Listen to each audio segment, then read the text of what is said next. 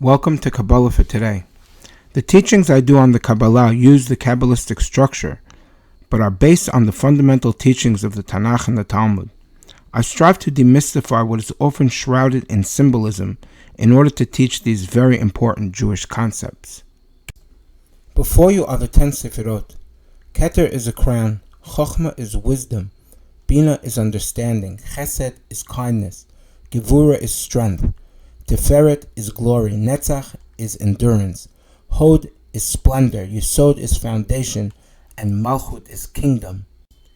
The Sefirot are attributes, which are the ways that God governs the world.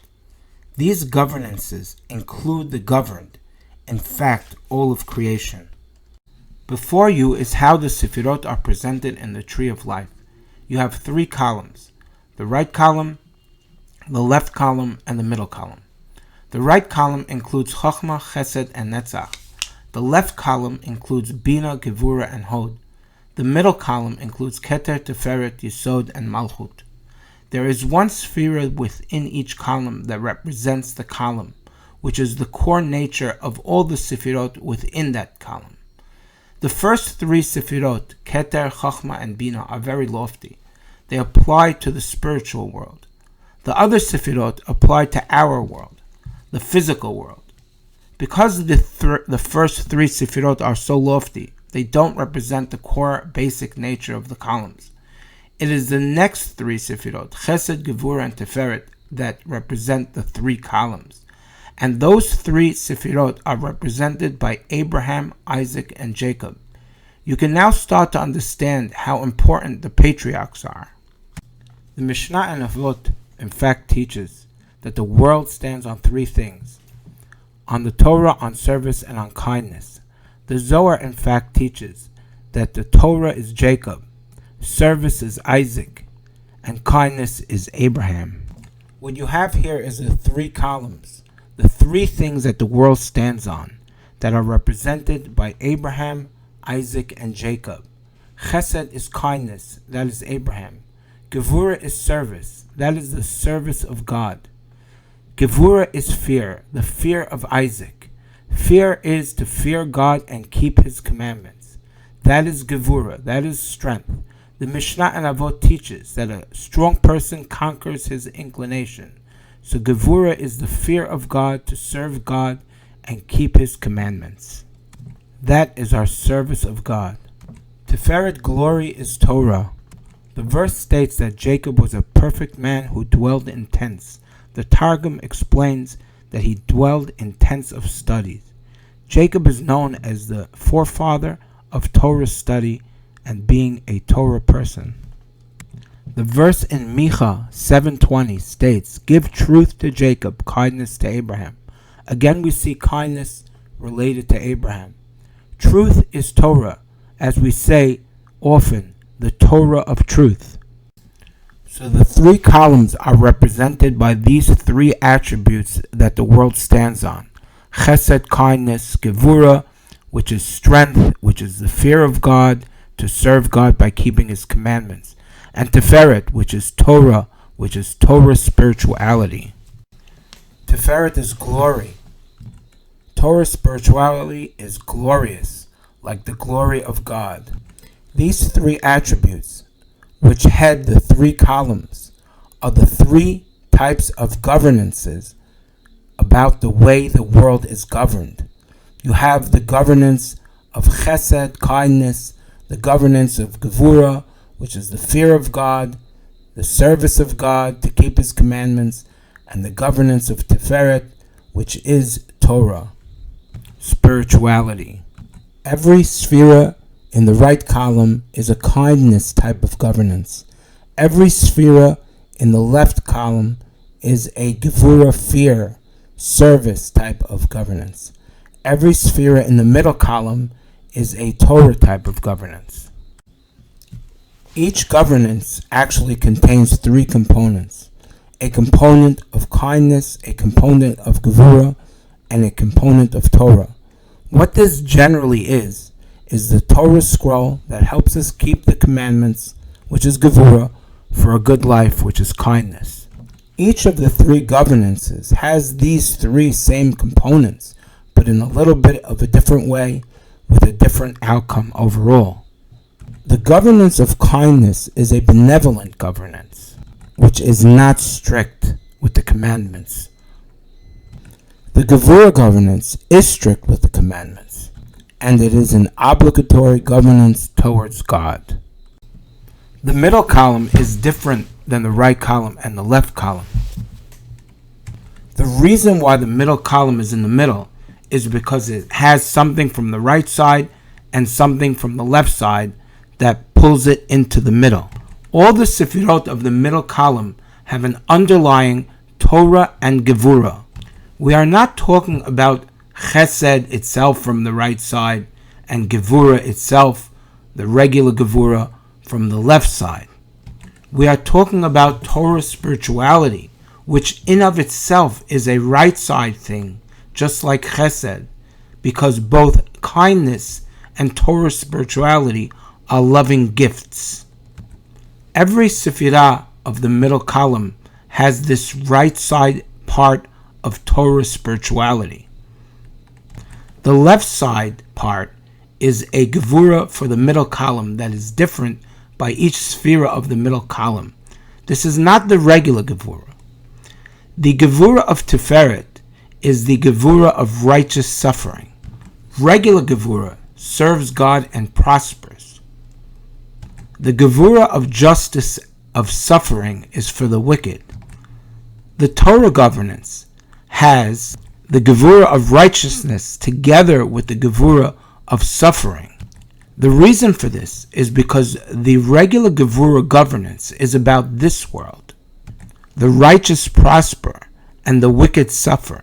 The Torah governance is about being a person of Olam Haba, the next world within this world. It is about being a spiritual person, to suffer the physical for the purpose of the spiritual. The Mishnah in Avot indeed states, "This is the way of Torah. Bread with salt you shall eat, and water in measure you shall drink, and on the ground you shall sleep, and a life of suffering you shall live, and in Torah you shall toil. And if you do this, happiness and good for you, happiness in this world and good for you in the world to come." The Tree of Life shows another related concept, that what you have is largely sets of three. You have the set of Keter, Chochmah, and Bina. You have the set of Chesed, Gevurah, and Tiferet. And then you have the set of Netzach, Hod, and Yesod. Malchut actually throws a fork into all of this and introduces the idea and concept of fourthness, which I will discuss in a different video. But what you have is largely sets of three. The purpose and the end goal of these sets of three is always the Torah spirituality sefira of the middle column. The first three Sefirot actually work a little bit differently, and they represent a different world than this world, the spiritual world.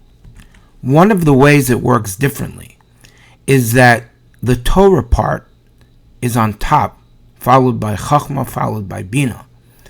In the other cases, you have the right side, Chesed, followed by Gevurah of the left side, followed by the Torah attribute in the middle. Generally, we build ourselves up to the Torah spirituality. In the case of the first three Sefirot, the way it is presented with Keter on top, then Chochmah, then Bina, it's actually devolving from Torah. To understand this better, you have to know how and what the three first Sefirot are all about.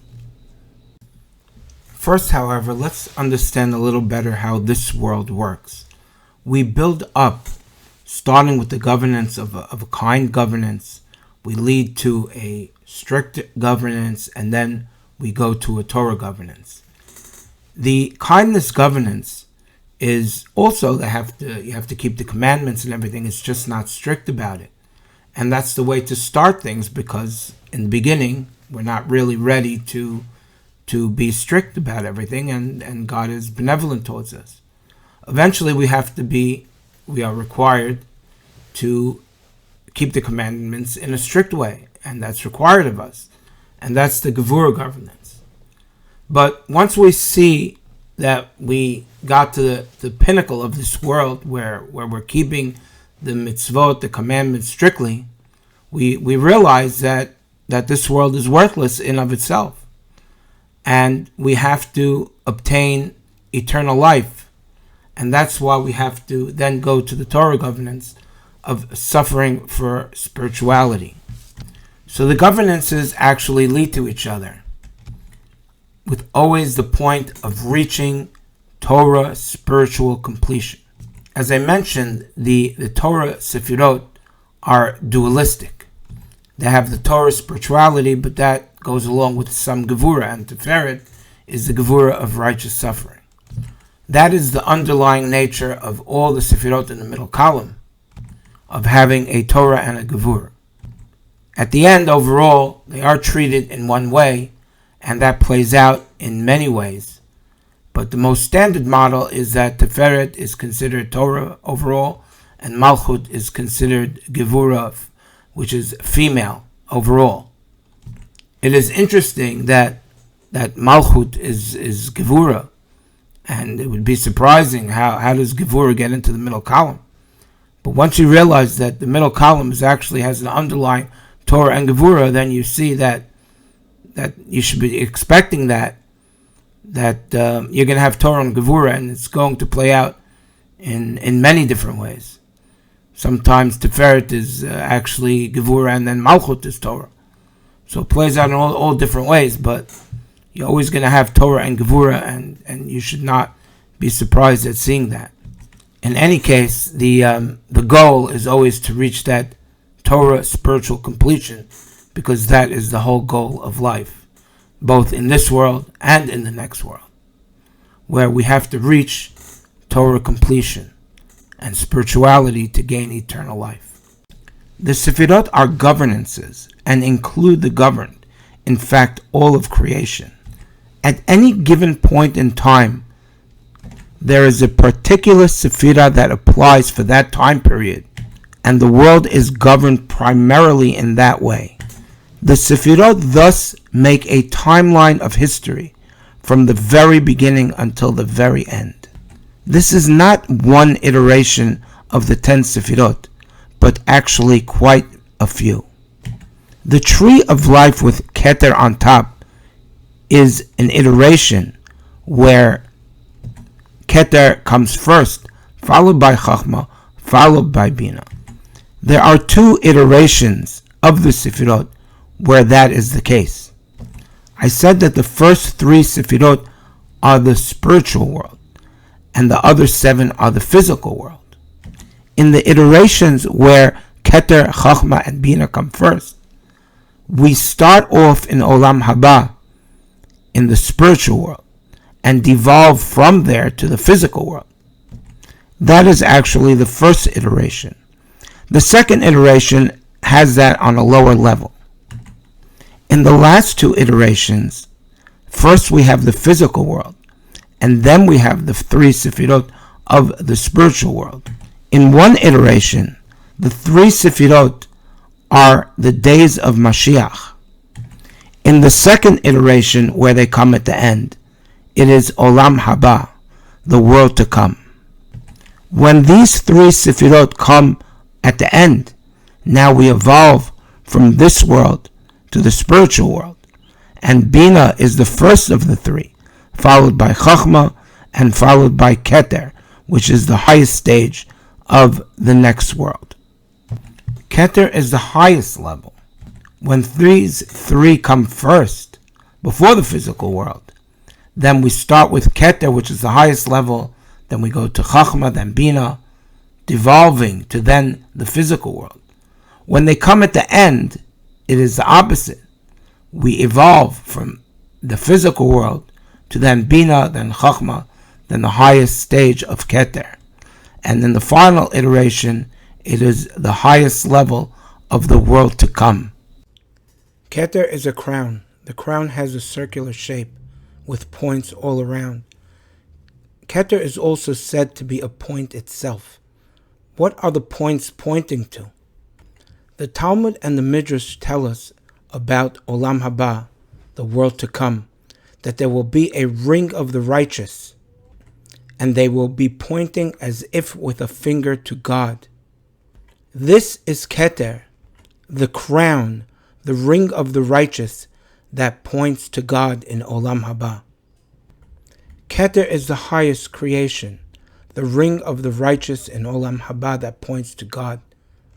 Keter was indeed created as stated directly in Patach Eliyahu, but the Zohar often calls it the Ein Sof, which relates to God. The understanding is as follows. Original Keter was created just like anything else. This is the souls of the righteous in the world to come. But once they were created, they now point to God, and that reflection of God is now included in Keter, which is the Ein Sof of Keter, which Keter points to. But there are two iterations where Bina followed by Chachma followed by Keter come at the end. In one iteration, it is the days of the Mashiach, and in the second iteration, it is Olam Haba. The iteration where it is the days of Mashiach, Chesed until Malchut is the world of the patriarchs. Chesed is represented by Abraham, Gevurah by Isaac, Tiferet by Jacob, Netzach by Moses of leaving Egypt, Hod by Aaron of the tabernacle, Yesod by Joseph, which in the timeline is actually when Moses carried his bones in the desert, and then Malchut is David. There were 7 nations that were conquered by Israel. David actually conquered the last one, the Yebusi, in Jerusalem. It is taught that we will inherit another 3 nations in the time of Mashiach. The first 7 nations that we already inherited correspond to the 7 Sefirot of the physical world, which David, the last one, conquered the last one mentioned, which is the Yebusi. In the days of Mashiach, which is Bina, Chachma, and Keter of the days of Mashiach, we will then inherit the 3 nations that correspond to them and which come at that time. After that, in another world, we will then end with Olam Haba, which starts with the resurrection of the dead. Bina is that resurrection of the dead. Bina is in the same column as Isaac, in the column of Gevurah of Isaac. Isaac was symbolically resurrected from the dead at the binding of Isaac. And we mention the resurrection of the dead in the blessing Ata Gibor, which talks about Gevurah. Bina, in the last iteration, is the resurrection of the dead that leads to Olam Haba. And that is the first level of Olam Haba, with the final level of Olam Haba being Keter. Thank you for watching.